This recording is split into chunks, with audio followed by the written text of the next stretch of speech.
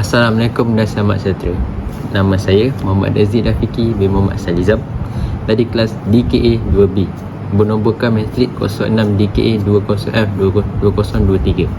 Jadi hari ini saya akan membentangkan tentang tugasan projek yang dilaksanakan oleh saya sendiri dan bersama ahli kumpulan saya iaitu Syamuddin dan Nur Syazwani. Jadi pensyarah kami ialah Ustaz Suhaimi bin Samad. Saya akan membentangkan tentang penyataan masalah. Sebelum itu saya akan memulakan pembentangan saya ni dengan 4 rangkap pantun. Melati kuntum tumbuh melata, sayang membah di pohon cemara. Assalamualaikum pembuka kata, saya sembah pembuka bicara. Jadi saya ingin membentangkan tentang penyataan masalah. Yang pertama, projek kami ni iaitu lemah kepada air kerana dia dibina oleh kayu pellet, iaitu kayu ni seperti kita tahu kalau kena air memang akan cepat rosak. Jadi projek ini perlu diletakkan di tempat yang selamat. Dan yang kedua, bahan yang tahan kerana kayu ini susah untuk dicari.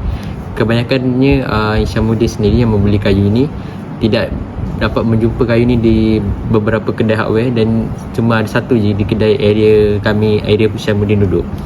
Jadi yang ketiga, komunikasi jarak jauh mengekalkan proses pembuatan armari seberguna. Kenapa saya berkata begitu? Sebab saya berada di Politeknik Port Dickson dan Syamuddin berada di Semenyih dan Syazwani berada di Kelang. So agak jauh untuk kami berhubung dan menyelesaikan benda ini. Tapi alhamdulillah zaman sekarang ini zaman teknologi.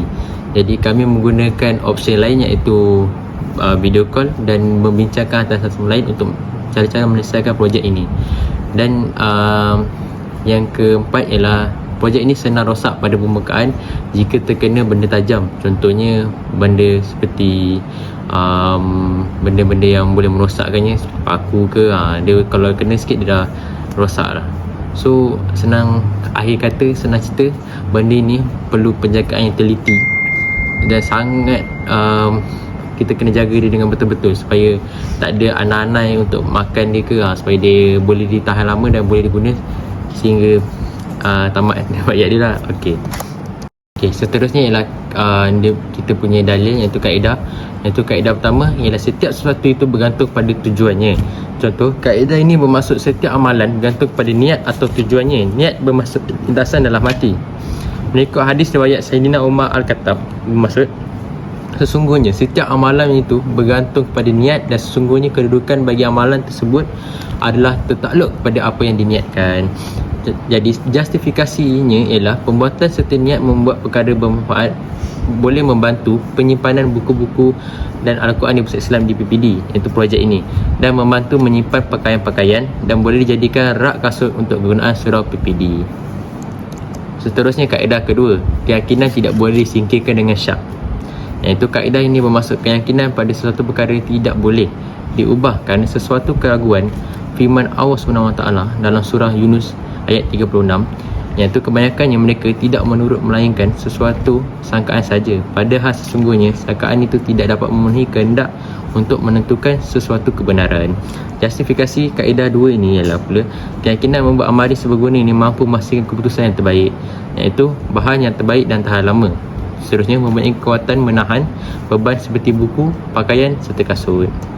Kaedah seterusnya ialah kemudatan hendaklah dihilangkan, iaitu bermaksud sesuatu perkara menjadi kesukaran bagi tercapainya kepentingan asasi kehidupan manusia yang melibatkan agama, nyawa, maruah, keturunan, akal dan harta. Iaitu hadis Rasulullah SAW pernah bersabda, maksudnya tidak dibenarkan melakukan kemudaratan dan membalas sesuatu dengan kemudaratan.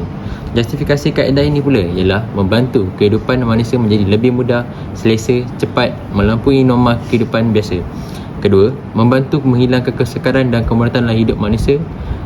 Dan ketiga, kehidupan manusia bertambahlah maju dan selesa. Seterusnya, seperti yang dilihat, ini ialah lakaran produk yang dihasilkan oleh Syamuddin dan saya. Ini daripada pandangan hadapan, kedua daripada pandangan sisi, dan ketiga ialah pandangan hadapan juga tapi pintunya ditutup. Dan ini adalah proses-proses pembuatannya. Jadi itu saja daripada saya. Dan sebelum saya mengakhiri pembentangan ini, saya ingin mengakhiri dengan 4 rangkap pantun juga. Iaitu bunga dedap di atas para anak dusun pasang pelita. Kalau tersilap tutur bicara, jari jemari disusun, maaf dipinta. Sekian daripada saya, Muhammad Razif Rafiki, Muhammad Salizam.